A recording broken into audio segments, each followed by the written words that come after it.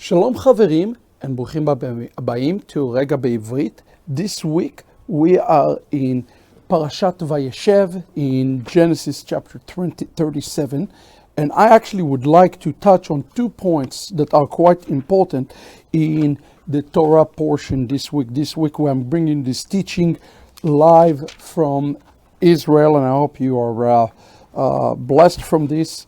And it says here in the Torah portion, I would like to bring a couple of a point. It says in verse 3, it says on Yaakov, it says, Ve'asa lo kutonet pasim. Interestingly enough, the gematria, the word pasim, mean the end, the ketz. Somehow through this conflict that brought the division between them, the pasim, the stripe, okay, we get the Hebrew word piyusim, which means reconciliation. Okay, pasim, stripe, okay, brought conflict. Piyusim, it actually means reconciliation. It's connected to the same word. Our rabbis understood that somehow through this suffering that brought hatred, a reconciliation came between Joseph and his brothers. Now I want you to look with me in 37, starting at the point where Joseph is actually being brought down and is being tossed into the pit. I want you to look with me to verse 23. We see something very interesting on the prophetic level. It says, Vayehi ka'asher ba Yosef elechav. When Joseph came to his brother, Vayefshitu et Yosef et kutnato. Okay, it didn't say that they took off his clothes. That's not what it says.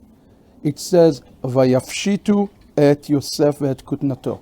Okay, this is quite important. The Hebrew word yafshitu, hafshata, talking about ripping something else from him. His glory, his kavod has been taken out of him. Interestingly enough, this word yafshitu, comes from the word pashat or lahafshit, pashut, is taken more than his clothing. We see this word is not by coincidence mentioned with the high priest.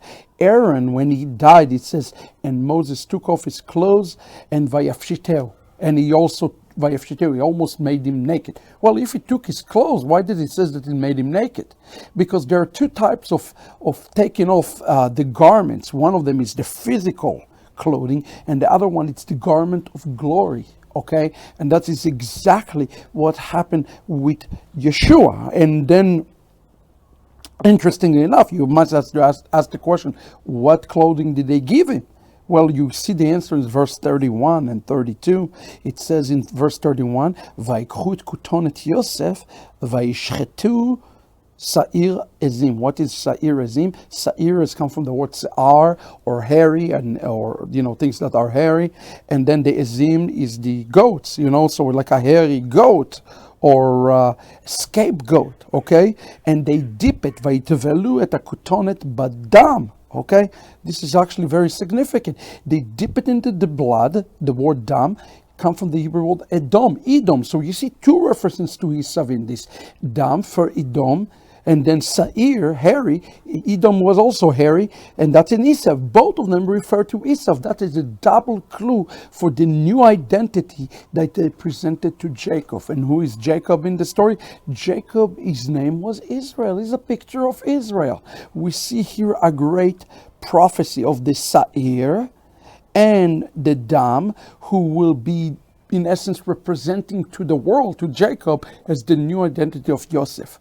Dead, bloody, ruddy. Who is the one who is dead, bloody, and ruddy? That's Esav. That represent Christianity, actually. Esav and Edom is a name of Christianity. And his father was tricked by this. Okay, this is quite important to us to understand. Israel today is deceived because they see Edom. Isn't it interesting that in Isaiah chapter 63, verse 1, he destroys Edom. Why do you think he destroys Edom? He destroyed Edom for the sins that have been committed here by selling Joseph to the Egyptian, to the nations, instead of being the Jewish king. We must rectify his name. So we must actually do exactly what the brothers these days go to the king with love one another, with caring one another. So the mercies of heaven will be upon the king, and he will finally reveal himself. The way we treat each other is going to determine when the king is going to reveal himself to us.